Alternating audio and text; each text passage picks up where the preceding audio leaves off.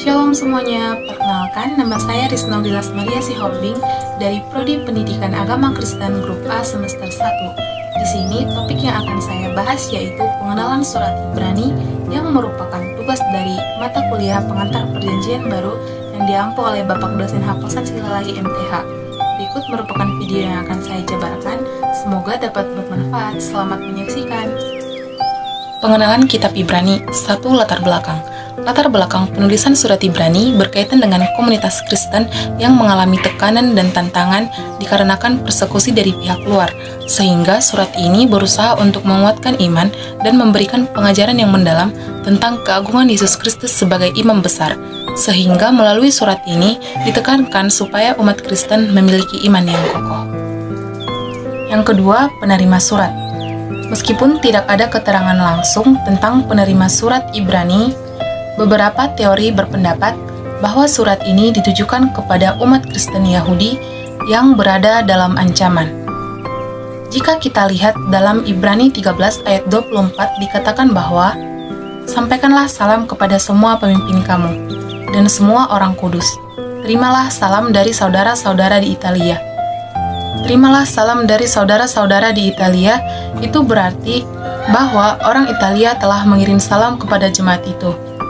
Jadi, diduga surat ini dikirim kepada jemaat Kristen di Roma yang merupakan saudara sebangsa Italia, di mana keadaan penerima surat sangat diketahui oleh penulis. Bahwasannya, jemaat tersebut awalnya berjalan dengan baik dan melayani orang kudus. Tetapi saat mereka bertobat, mereka banyak mengalami siksaan, penderitaan, bahkan harta mereka dirampas. Oleh karena hal tersebut, banyak dari mereka yang murtad. Ada yang lemah dan ada yang putus asa. Padahal seharusnya anggota jemaat tersebut dapat mengajar jemaat lain. Namun, banyak dari mereka yang tidak kuat pendiriannya, dan mereka masih perlu diajarkan tentang asas iman. Yang ketiga, penulis surat Ibrani. Penulis surat Ibrani tidak jelas diketahui karena tidak memberikan salam dan mencantumkan namanya.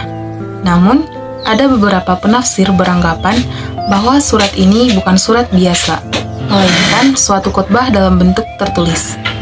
Namun, ada observasi yang dapat membantu kita untuk mengetahui penulis surat ini. Yang pertama, keahlian sastra yang tinggi. Penulis surat Ibrani menunjukkan keahlian sastra yang tinggi, karena umumnya diakui bahwa surat ini ditulis dengan bahasa Yunani yang terindah di seluruh perjanjian baru. Yang kedua, pengetahuan yang mendalam tentang kitab suci Ibrani. Penulis sangat mengenal kitab suci Ibrani atau yang kita kenal dengan perjanjian lama. Dan yang ketiga, fokus pada ajaran teologis. Ada banyak hal yang menunjukkan bahwa surat ini ditulis oleh seorang Yahudi yang dimana ia menulis surat Ibrani dengan menekankan konsep teologis seperti keagungan Kristus. Yang keempat, bahasa yang klasikal. Gaya bahasa yang digunakan penulis menunjukkan gaya bahasa klasikal, dan ini membedakannya dari gaya penulisan seorang Paulus yang mengikut Kristus. Yang kelima, si penulis cukup terkenal, sehingga pembaca langsung menerima surat ini, walaupun namanya tidak disebut atau anonim. Namun, Paulus dan Barnabas dalam gereja mula-mula sering disebut sebagai penulis surat Ibrani. Tetapi, teori ini tidak dapat diterima, karena ada hal yang membuktikan bahwa yang pertama, biasanya Paulus menyebut namanya kalau Paulus adalah seorang penulis surat. Namun, hal tersebut tidaklah benar. Dan yang kedua, Paulus sendiri yakin bahwa dia menerima Injil langsung dari Yesus Kristus. Hal ini sangat bertentangan dengan kesaksian si penulis surat Ibrani. 4. Penulisan surat Ibrani. Surat Ibrani ditulis sebelum tahun 68 Masehi atau sesudah tahun 80 Masehi. Ditulis pada masa hidup generasi Kristen yang kedua. 5. Maksud dan tujuan penulisan surat Ibrani adalah untuk menguatkan dan meyakinkan iman umat Kristen yang mengikut Kristus, sekaligus penulis mengatakan bahwa pernyataan Allah di dalam Kristus melebihi malaikat dan Musa. Yang keenam, ciri khas. Berikut merupakan ciri khas dari penulisan surat Ibrani. Yang pertama, berisi suatu peringatan dan suatu nasihat yang termuat dalam sisipan. Yang kedua, surat Ibrani menyerupai suatu pidato yang diawali pernyataan serta bukti-bukti yang berkala dan diakhiri klimaks yang luar biasa, kecuali pada pasal yang ke-13.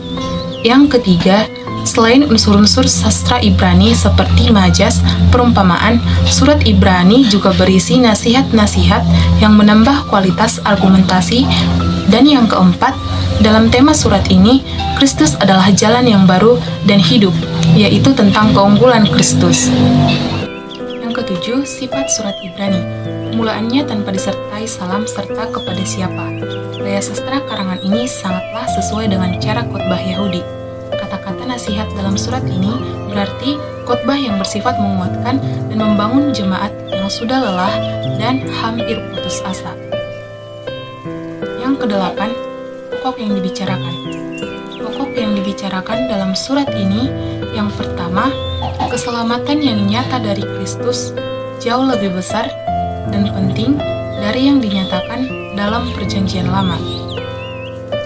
Yang kedua, ajaran yang sudah percaya kepada Yesus sebagai juru selamat, bila murtad lagi, maka tidak ada kemungkinan bagi mereka untuk kembali selamat, karena tidak ada pertobatan yang kedua. Yang 9, struktur dari isi. Adapun struktur dari isi penulisan kitab Ibrani, yang pertama, Yesus sebagai juru selamat yang baru dan lebih baik. Yang kedua, golongan, yaitu perjanjian baru lebih baik, dan yang terakhir iman. Iman merupakan jalan yang benar dan lebih baik. Demikianlah pembahasan saya tentang pengenalan surat Ibrani. Semoga dapat bermanfaat. Saya ucapkan